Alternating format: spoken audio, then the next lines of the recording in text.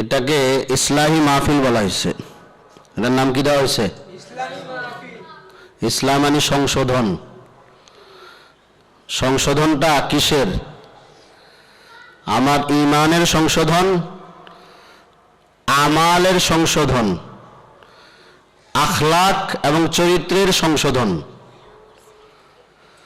ঈমান, আমাল, আখলাক তিনটা সংশোধন একটা মজলিসে কি সম্ভব? তাহলে এটা এর প্রক্রিয়া চালু থাকতে হবে, না হয় সংশোধন হবে না। হ্যাঁ, সংশোধনের বিষয়ে কোনো একটা লেকচার হয়ে যাবে, লেকচারে সংশোধন হয় না। সংশোধন করণীয় কাজ। লেকচারের মধ্যে সংশোধনের পদ্ধতিটা বলে দেওয়া হবে, কিন্তু কাজ তো আমাকে করতে হবে নাকি? যাই হোক, একটা মাসালা আমি বলবো, এই মাসালাটা বোঝার জন্য আপনারা সবাই তৈরি আছেন ইনশাআল্লাহ? একটু চিন্তা করতে হবে এবং মনোযোগ দিয়ে শুনতে হবে, এবং অত্যন্ত গুরুত্বপূর্ণ আলোচনা, যেগুলো সচরাচর আমরা কোথাও শুনি না। আমি যে আয়াতে কারিমা তেলাওয়াত করলাম, সে আয়াতে কারিমায় আল্লাহ পাক রব্বুল আলামিন আমাদেরকে একটা আকীদার ব্যাপারে সংশোধন করছেন। একটা আকীদা, বিশ্বাসের ব্যাপারে সংশোধন করছেন। আল্লাহ কি বলেন? ওয়ালা তাকুলু লিমান ইউকতালু ফি সাবিলিল্লাহ, মান ইউকতালু ফি সাবিলিল্লাহ, আল্লাহর রাস্তায় যে জীবন দিয়ে দিল তাদেরকে কি বলা হয়? শহীদ। আল্লাহর রাস্তায় যে জীবন দিল তাকে বলা হয় শহীদ। আল্লাহ বলছেন লা তাকুলু লিমান ইউকতালু ফি সাবিলিল্লাহ, যারা শহীদ তাদেরকে তোমরা বলো না আমওয়াত, মৃত। যারা শহীদ তাদেরকে তোমরা মৃত বলো না। তাহলে আল্লাহ কি বলবো? আল্লাহ কি বলবো? আল্লাহ শিখিয়ে দিচ্ছেন বাল্লা হিয়া, তারা জীবিত। শহীদকে মৃত বলো না, আল্লাহ কি বলবো? তাদেরকে বলো তারা জীবিত। প্রশ্ন দাঁড়ায়, হযরতে সাইয়্যিদুশ শুহাদা হামজা রাদিয়াল্লাহু আনহু জীবন দিয়ে দিলেন, গলা কাটলো, নাড়ি ভুড়ি বের হয়ে গেল, কলিজা ছিঁড়ল, কলিজা বাইর করে হিন্দা চাবাইল, চোখ দুটা উপড়ে ফেললো, কান কেটে ফেললো, নাক কেটে ফেললো। আল্লাহ, যারা আল্লাহ রাস্তায় শহীদ হয় তাদেরকে তো আমরা দেখছি তারা তাদের শরীর ক্ষত বিক্ষত হয়ে পড়ে আছে, তাদেরকে জীবিত কিভাবে বলবো? প্রশ্ন দাঁড়ায় কিনা? আল্লাহ বলছেন বাল্লা হিয়া, বলো জীবিত। আল্লাহ চোখে দেখি জীবিত না, তারা মৃত। আল্লাহ বলছেন বাল্লা তাশউরুন, তোমরা বুঝবা না। তোমরা কি বুঝবা না? না বোঝাটা ঈমানের, বুঝে আসে না, মানতে হবে, এটাই হলো ঈমান। কেউ যদি এখানে আসে, হিন্দু খ্রিস্টান আমাদের এই মজলিসে আসলো, আয়েশা দেখলো সবাই আমরা বসে কথা বলছি শুনছি, তা আমাদেরকে সে দেখে জীবিত বলবে না মৃত বলবে? কেন? নড়াচড়া করি, কথা বলি, তাকায় আছে সবাই, এই কারণে সবাইকে কি বলবে? জীবিত। এখন যদি কোনো হিন্দু, কোনো খ্রিস্টান বিদ্বেষের কারণে বলে ফেলে এখানে তোমরা যারা বসে আছো সবাই মৃত, তাহলে আমরা তাকে কি বলবো? তোমার চোখে সমস্যা। কি বলবো? চোখে সমস্যা। তাহলে চোখে দেখা যায় এমন জিনিসের জন্য কেউ যদি অস্বীকার করে, আমরা তার চোখের উপর আপত্তি করি, তোমার চোখে সমস্যা। চোখে দেখা যায় না এমন বক্তব্য আল্লাহ দিচ্ছেন, সেটা বিশ্বাস করা ঈমান। চোখে দেখা যায় না এমন বক্তব্য আল্লাহ দিচ্ছেন, বিশ্বাস করার ব্যাপারে সেটা অবিশ্বাস করা বেঈমানি। সেটা অবিশ্বাস করা কি? বেঈমানি। আল্লাহ বলতেছেন যারা আল্লাহ রাস্তায় শহীদ হয়ে গেল, কোরআনের আয়াত থেকে পরে আমরা হাদিসের দিকে যাব, আগে আয়াতটা বোঝার চেষ্টা করি। আল্লাহ বলতেছেন যারা আল্লাহ রাস্তায় শহীদ তারা জীবিত, তাদেরকে মৃত বলবা না। এখন জীবিত কেমন আমরা জানি না, বুঝি না। আল্লাহ বলে দিয়েছেন বাল্লাহ তা শরণ, তোমরা বুঝবা না, আমি বলছি তারা জীবিত, এটা মেনে নাও, এটাই হলো ঈমান। সূরা বাকারার আরেক আয়াতে আল্লাহ পাক বলেন ওয়ালা তাহসাবান্নাল্লাযীনা কুতিলু ফী সাবিলিল্লাহি আমওয়াতা, যারা আল্লাহর রাস্তায় শাহাদাত বরণ করে তাদেরকে মৃত তো বলবাই না, মৃত হওয়ার বিষয়টা তোমার ধারণাতেও আনবা না। মৃত বিশ্বাস করবা না তো বটেই, মৃত এই কথা তোমার ধারণার আশেপাশেও জায়গা দিবা না। বাল আহইয়াউন ইনদা রাব্বিহিম ইউরযাকুন, বরং তারা জীবিত, তাদের রবের কাছে তারা রিজিক প্রাপ্ত হয়। তাহলে আমরা এই আয়াত থেকে আমরা একটা আকীদা, বিশ্বাস সংশোধন করব, বিশ্বাস নিব, যেটা দিয়া আমার ঈমান পাকা হবে। সেটা কি? সেটা হলো হায়াতুন নবী। সেটা কি বলেন, কি মাসলা? হায়াতুন নবী ফি কবরিহি। রাসূল করিম সাল্লাল্লাহু আলাইহি ওয়াসাল্লাম রওজায়ে আতহারে জীবিত।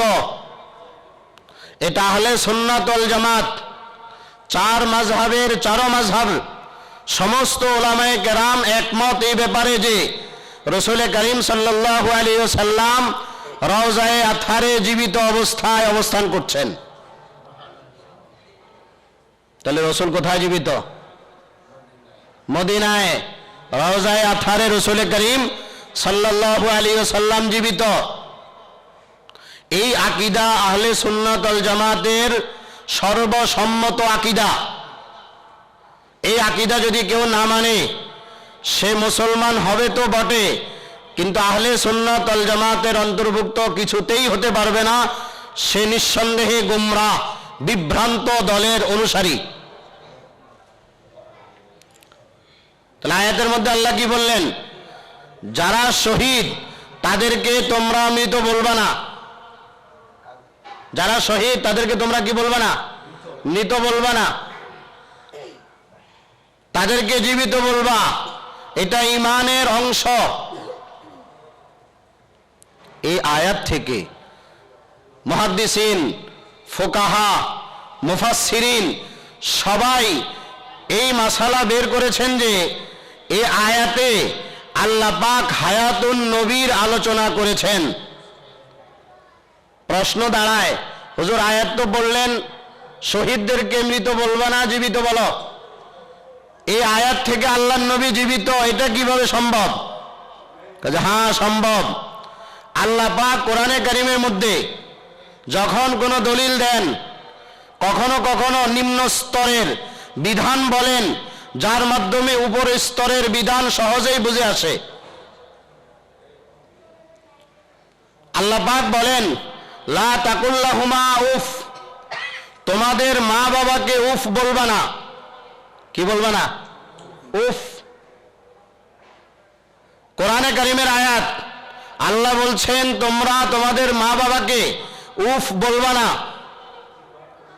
এর থেকে কি বোঝা গেল? মা বাবাকে গালি দেওয়া জায়েজ? মা বাবাকে জুতা মারা জায়েজ? এক আল্লাহর বান্দা বুঝে ফেলছে। এর নাম হলো ইবনে হাজম জাহিরি। ইবনে হাজম জাহিরি 400 শতাব্দীর পরে দুনিয়াতে ছিল, কিতাব লিখছে আল মুহাল্লা। সে আয়াত থেকে বুঝছে মা বাবাকে উফ বলতে আল্লাহ নিষেধ করেছেন পরিষ্কার কোরআনে কারিমে। অতএব এই আয়াত থেকে বোঝা গেল মা বাবার চেহারায় পেশাব করা জায়েজ। নাউজুবিল্লাহি মিন যালিক। কথা খেয়াল করতেছেন? আল্লাহ বলতেছেন উফ বলবা না। তাহলে পেশাব নিষিদ্ধ করেন নাই। মা বাবার মুখে পেশাব করা জায়েজ, উফ বলা নিষেধ। কারণ কোরআনে আল্লাহ বলছেন উফ বলবে না। পেশাব পায়খানার কথা বলতে পারতেন, সেটা না বলে উফ বলছেন, উফ বলবে না। এর অর্থ বোঝায় মা বাবার চেহারায় পেশাব করা জায়েজ। এই বক্তব্য যিনি দিলেন তিনাকে বলা হয় আহলে জাহের। বর্তমানে এক গ্রুপ আছে যারা হাদিসের নামে চলে, তাদের সমাজ বুঝ এর বাহিরে না। মা বাবাকে কি বলা যায়? পেশাব করা যায়? তাহলে আল্লাহ পাক কোরআনে কারিমের মধ্যে বললেন উফ বলবা না। কারণ উফ বললে মা বাবার অল্প কষ্ট হয়।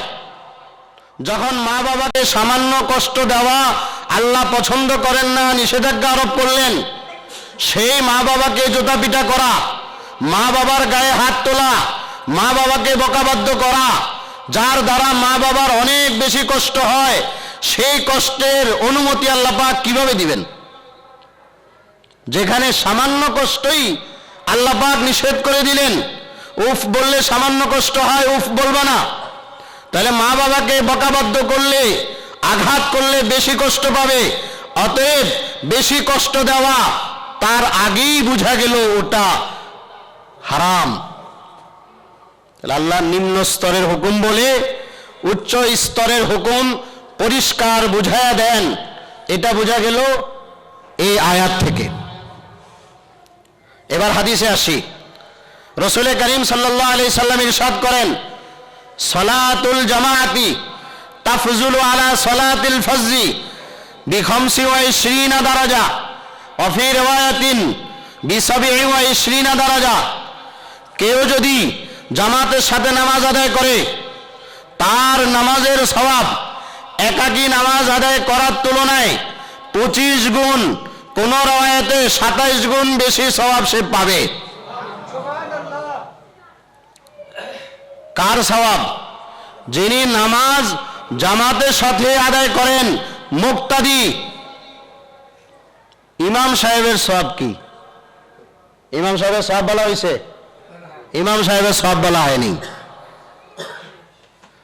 তাহলে ইমাম সাহেব 25 গুণ সওয়াব, 27 গুণ সওয়াব পাবেন না পাবেন না?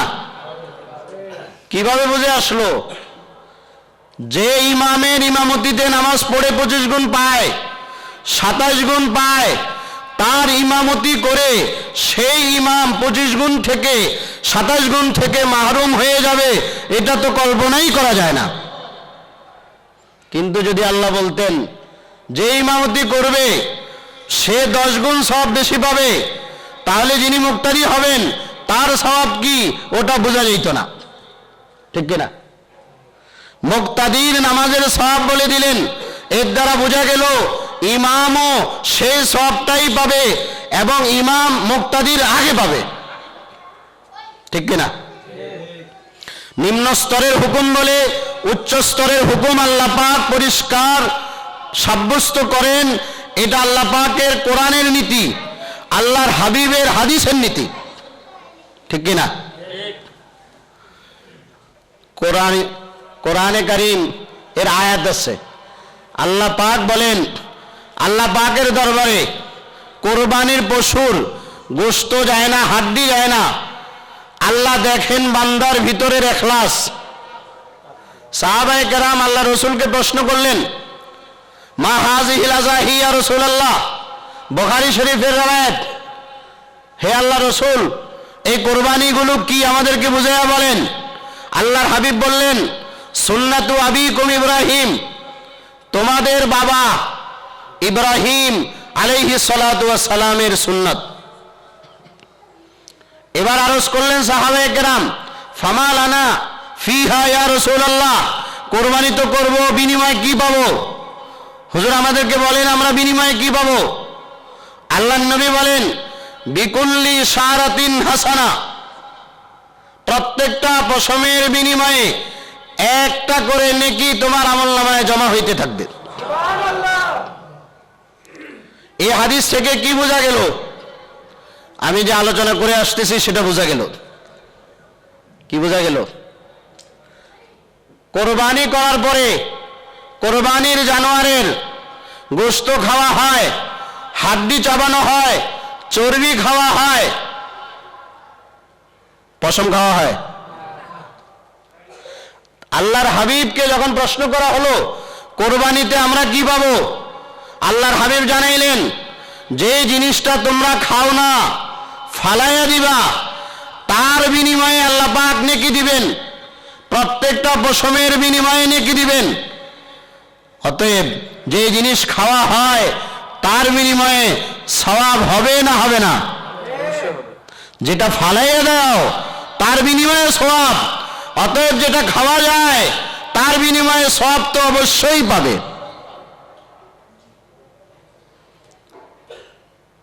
তাহলে এবার আমরা ফিরে আবার কোরআনের আয়াতে আসি। আল্লাহ বলেন শহীদকে মৃত বলবো না, শহীদকে জীবিত বলো। শহীদের জীবন দিয়ে আল্লাহর নবীর হায়াত জীবন প্রমাণিত হয় কিভাবে? আল্লাহ পাক বলেন উলাইকাল্লাযীনা আনআমাল্লাহু আলাইহিম মিনান নাবিয়্যিন ওয়াস সিদ্দিকিন ওয়াস শুহাদা ওয়াস সালিহিন। শরীয়তের মধ্যে 4টা স্তর, যাদেরকে আল্লাহ পাক পুরস্কৃত করবেন, করছেন, তাদের পজিশন 4টা। সর্বোচ্চে আম্বিয়ে কেরাম, তারপরের পজিশন সিদ্দিকিন, তারপরে পজিশন শুহাদা, সর্বনিম্ন 4 নম্বর পজিশন সালেহিন। শুহাদা কয় নম্বরে? 3 নম্বরে। উপর থেকে নবী, সিদ্দিক, শুহাদা, সালেহিন। আল্লাহ কোরআনে বললেন শহীদকে মৃত্যুর পরে হায়াত দিয়েছি, তোমরা তাদেরকে জীবিত বলবা। শহীদের পজিশন 3 নম্বর। শহীদের উপর সিদ্দিক, তার উপরে আম্বিয়ে কেরাম। যখন দুনিয়া থেকে বিদায় নেওয়ার পরে শহীদ পরকালে হায়াত পায়, হায়াতের সম্মান দিয়া ভূষিত হয়, সম্মানিত হয়। শহীদ থেকে 2 স্তর উপরে আম্বিয়ে কেরামের নবুয়তের পজিশন। সেই নবী দুনিয়া থেকে বিদায় নেওয়ার পরে হায়াত দ্বারা সম্মানিত হওয়া, এটা অবশ্যই অবশ্যই হবে। ঠিক আছে না?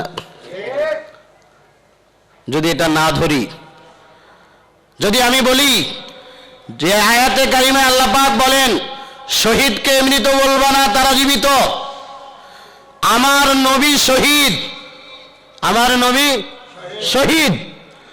অতএব আল্লাহ শহীদকে জীবিত বলেছেন, আমার নবী শহীদ হওয়ার কারণে নবীও জীবিত। এখন প্রশ্ন দাঁড়ায়, নবী কিভাবে শহীদ হইলেন? খাইবার যুদ্ধ হলো 7 হিজরির মুহররম মাসে। খাইবার বিজয়ের পরে একজন ইহুদি নারী, জয়নাব ওই মহিলার নাম, সে মহিলা রাসূল করিম সাল্লাল্লাহু আলাইহি সাল্লামকে দাওয়াত দিল। দাওয়াত দিয়ে বকরির গোশত খাওয়াইলো, খাসি, ছাগলের গোশত দাওয়াতের মধ্যে ছিল। ওই গোশতের মধ্যে ওই নারী বিষ প্রয়োগ করেছিল। হুজুর মুখে দিয়ে দিলেন। জিবরাইল আলাইহিস সালাম আসলেন, তাড়াতাড়ি বললেন যে হুজুর এখানে বিষ, ফেলে দেন। হুজুর মুখে দিলেন, ফেলে দিলেন, মুখে তো চলে গেল। এই খাবার খেয়ে একজন সাহাবী শাহাদাত বরণ করলেন। ওই সাহাবীর শাহাদাতের বিনিময়ে কারণে ওই জয়নাব নামক নারীকে মৃত্যুদণ্ড দেওয়া হয়েছিল। কিন্তু হুজুরেরও তো বিষ লেগে গেছে, লাগছে কিনা? ইন্তেকালের মুহূর্তে হযরত আয়েশা বলেন, হুজুরের কষ্ট দেখার পরে আগে মনে করতাম মৃত্যুর সময় যাদের কষ্ট হয় তারা বদকার, নেককার, আল্লাহওয়ালা বান্দা না। কিন্তু হুজুরের কষ্ট দেখার পরে আমাদের এই ধারণা পাল্টে গেল। হুজুরের কষ্ট, হুজুরের জ্বর হইলে সাধারণ একজন মানুষের যে পরিমাণ কষ্ট হয়, আল্লাহর নবীর কষ্ট তার চেয়ে দ্বিগুণ হয়। ইন্তেকালের সময় হুজুর বলেন, ইয়া আয়েশা মা আযালু আজিদু আলামাত তুআম আল্লাযী আকালতুহু বিখাইবার। আয়েশা, খাইবার যুদ্ধের পরে জয়নাবের দাওয়াতে যে খাবার খেয়েছিলাম সেই খাবারের বিষের যন্ত্রণা এখন আমি মৃত্যুর সময় পাচ্ছি। হাজা আওয়ানু ওয়াজাদতু ইনকিতা আবহারি। ওই বিষের ক্রিয়ার কারণে আমার প্রাণবায়ু বের হয়ে যাচ্ছে। যদি বিষের ক্রিয়ায় কারো জীবন চলে যায় তিনি শহীদ। আর শহীদকে কোরআনে কারিমে আল্লাহ পাক বলেন তারা মৃত নয়, তারা জীবিত। অতএব কারণে মুহাম্মদ রাসূলুল্লাহ সাল্লাল্লাহু আলাইহি ওয়াসাল্লাম শহীদ হওয়ার সুবাদে পরকালে কবরে আল্লাহর নবী জীবিত।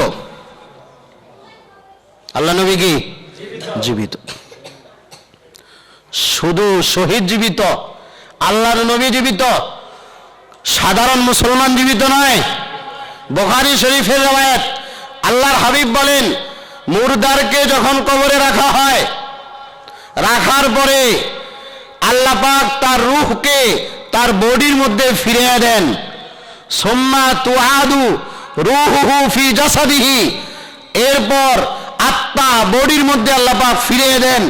আত্মা বডির মধ্যে ফিরিয়ে দিলে এটাকে জীবন বলে না মৃত্যু বলে? বলেন কি বলে? মৃত্যু কাকে বলে? বডি থেকে আত্মার বিচ্ছেদকে মৃত্যু বলে। বডির সাথে আত্মার সংযোগকে জীবন বলে। সংযোগ সরাসরি সংযোগ হয়, আত্মা বডির ভিতরে চলে আসবে, এটাও সংযোগের একটা রাস্তা। আরেকটা সংযোগের রাস্তা, আত্মা দূরে, বডির সাথে তার কানেকশন কায়েম আছে।